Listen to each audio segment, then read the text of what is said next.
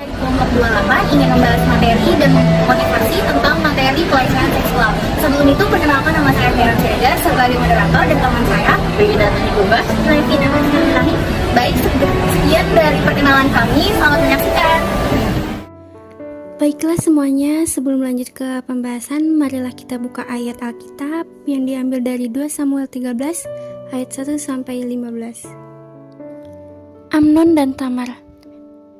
Ayat 1, sesudah itu terjadilah yang berikut. Absalom bin Daud mempunyai seorang adik perempuan yang cantik namanya Tamar. Dan Amnon bin Daud jatuh cinta kepadanya. Ayat 2, hati Amnon sangat tergoda sehingga ia jatuh sakit karena Tamar, saudaranya itu, sebab anak perempuan itu masih perawan dan menurut anggapan Amnon, mustahil untuk melakukan sesuatu terhadap dia. Ayat 3, Amnon mempunyai seorang sahabat bernama Yonadab, anak Simea, kakak Daud. Yonadab itu seorang yang sangat cerdik. Katanya kepada Amnon, "Hai anak raja, mengapa engkau demikian merana setiap pagi? Tidakkah lebih baik engkau memberitahukannya kepadaku?" Kata Amnon kepadanya, "Aku cinta kepada Tamar, adik perempuan Absalom, saudaraku itu."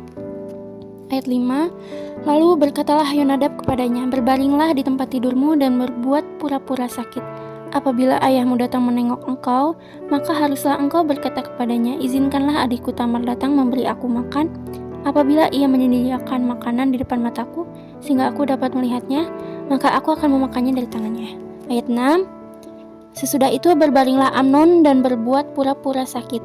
Ketika raja datang menengok dia, berkatalah Amnon kepada raja, "Izinkanlah adikku Tamar datang membuat barang 2 kue di depan mataku, supaya aku memakannya dari tangannya."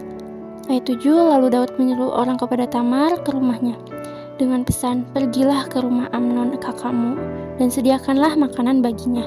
Ayat 8, maka Tamar pergi ke rumah Amnon kakaknya yang sedang berbaring-baring. Lalu anak perempuan itu mengambil adonan, meremasnya dan membuat kue di depan matanya. Kemudian dibakarnya kue itu. Ayat 9, sesudah itu gadis itu mengambil kuali dan mengeluarkan isinya di depan Amnon. Tetapi ia tidak mau makan. Berkatalah Amnon, "Suruhlah setiap orang keluar meninggalkan aku." Lalu keluarlah setiap orang meninggalkan dia. Ayat 10, lalu berkatalah Amnon kepada Tamar, "Bawalah makanan itu ke dalam kamar supaya aku memakannya dari tanganmu." Tamar mengambil kue yang disediakannya itu lalu membawanya kepada Amnon kakaknya ke dalam kamar. Ayat 11, ketika gadis itu menghidangkannya kepadanya supaya ia makan, dipegangannya lah gadis itu dan berkata kepadanya, "Marilah tidur dengan aku adikku." Ayat 12, tetapi gadis itu berkata kepadanya, "Tidak kakakku, jangan perkosa aku, sebab orang tidak berlaku seperti itu di Israel. Janganlah berbuat noda seperti itu." Ayat 13, dan aku kemanakah kubawa kecemaranku, dan engkau akan dianggap sebagai orang yang bebal di Israel. Oleh sebab itu berbicaralah dengan raja, sebab ia tidak akan menolak memberikannya aku kepadamu. Ayat 14, tetapi Amnon tidak mau mendengarkan perkataannya, dan sebab ia lebih kuat daripadanya, diperkosanyalah dia, lalu tidur dengan dia. Ayat 15, kemudian timbullah kebencian yang sangat besar pada Amnon terhadap gadis itu, bahkan lebih besar benci yang dirasanya kepada gadis itu daripada cinta dirasanya sebelumnya. Lalu Amnon berkata kepadanya, "Bangunlah, enyahlah." Jagalah hati dengan kewaspadaan. Terdapat pada kitab 2 Samuel 13 ayat 2. Hati Amnon sangat tergoda, sehingga ia jatuh sakit karena Tamar saudaranya itu, sebab anak perempuan itu masih perawan dan menurut anggapan Amnon mustahil untuk melakukan sesuatu terhadapnya. Di garis bawahi, hati Amnon sangat tergoda. Betapa pentingnya kita menjaga hati agar tidak terjatuh ke dalam dosa dan perbuatan daging. Kitab Amsal 4 ayat 23, jagalah hatimu dengan segala kewaspadaan, karena dari situlah terpancar kehidupan, berhati-hatilah dengan hati. Kitab Markus 7 ayat 21-23, yang ke-21, sebab dari dalam hati orang timbul segala pikiran jahat, percabulan, pencurian, pembunuhan, kedua perzinahan, keserakahan, kejahatan, kelicikan, hawa nafsu, iri hati, hujat, kesombongan, kebebalan. 23, semua hal-hal jahat ini timbul dari dalam dan menajiskan orang. Dari semua hingga hamba Tuhan harus menjaga hati. Bagaimana caranya kita menjaga hati? Pertama, kita harus memasukkan firman Tuhan ke dalam hati kita. Firman Tuhan itu adalah garam yang menahan kebusukan, dan kita seperti garam menahan kebusukan hati kita. Semakin kita memasukkan firman Tuhan ke dalam hati kita, maka firman Tuhan itu akan membuat hati kita tidak gampang busuk. Mazmur 119 ayat 11 berkata, Ternyata dalam hatiku aku menyimpan janjimu supaya aku jangan berdosa terhadap engkau. Bagaimana caranya untuk menahan kebusukan dalam hati? Banyaklah baca firman Tuhan, orang sabar itu besar pengertiannya. Manis, tapi setelah dilakukan baik. 2 Samuel 13 ayat 15. Sini kita baca. Kemudian timbullah kebencian yang sangat besar pada Amnon terhadap gadis itu. Bahkan lebih besar benci yang dirasanya kepada gadis itu daripada cinta yang dirasanya sebelumnya. Lalu Amnon berkata kepadanya, "Bangunlah, penyahat." Dosa itu terlihat manis, berikutnya pahit. Dan kalian bisa lihat Amnon memperkosa Tamar. Dan bisa kalian baca di perikop selanjutnya apa yang terjadi pada Amnon. Absalom membunuh Amnon.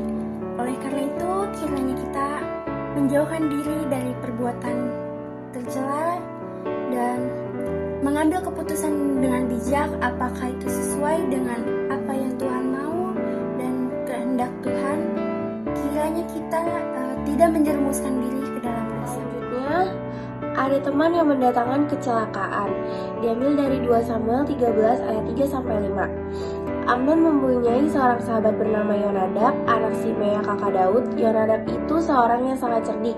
Katanya kepada Amnon, "Hai anak raja, mengapa engkau demikian merana setiap pagi? Tidakkah lebih baik engkau memberitahukannya kepada aku?" Kata Amnon kepadanya, "Aku cinta kepada Tamar, adik perempuan Absalom, saudara aku itu." Lalu berkatalah Yonadab kepadanya, "Di tempat tidurmu dan berbuat pura-pura sakit. Apabila ayahmu datang menengok engkau, maka haruslah engkau berkata kepadanya, 'Izinkanlah adikku Tamar datang memberi aku makan.' Apabila ia menyediakan makanan di depan mataku sehingga aku dapat melihatnya, maka aku akan memakannya dari tangannya. Janganlah seperti Amnon, berpikirlah sebelum bertindak dan janganlah terjerumus oleh perkataan orang lain." Akibatnya di perikop selanjutnya. Diambil dari 2 Samuel 3 ayat 31-39. Kiranya Tuhan membalas kepada orang yang membuat jahat setimpal dengan kejahatannya. Apa efeknya Yonadab? Apakah ia merasa sedih ketika Amnon meninggal? Yonadab mencari muka terhadap raja dan tidak memperdulikannya Amnon. Kiranya kita mempunyai kasih sehingga menjadi teman yang lebih karib daripada saudara. Amsal 12 ayat 24. Ada teman yang mendatangkan kecelakaan, tetapi ada juga sahabat yang lebih karib daripada seorang saudara-saudara. Marilah kita meneruskan kasih menjadi teman yang baik. Yohanes 15 ayat 13. Tidak ada kasih yang lebih besar daripada kasih seorang yang memberikan nyawanya untuk sahabat-sahabatnya. Itulah 3 pelajaran dari kisah Amnon. Kiranya kita menjadi pribadi yang serupa dengan Allah. Jagalah nafsu dan hati kita. Sekian, terima kasih.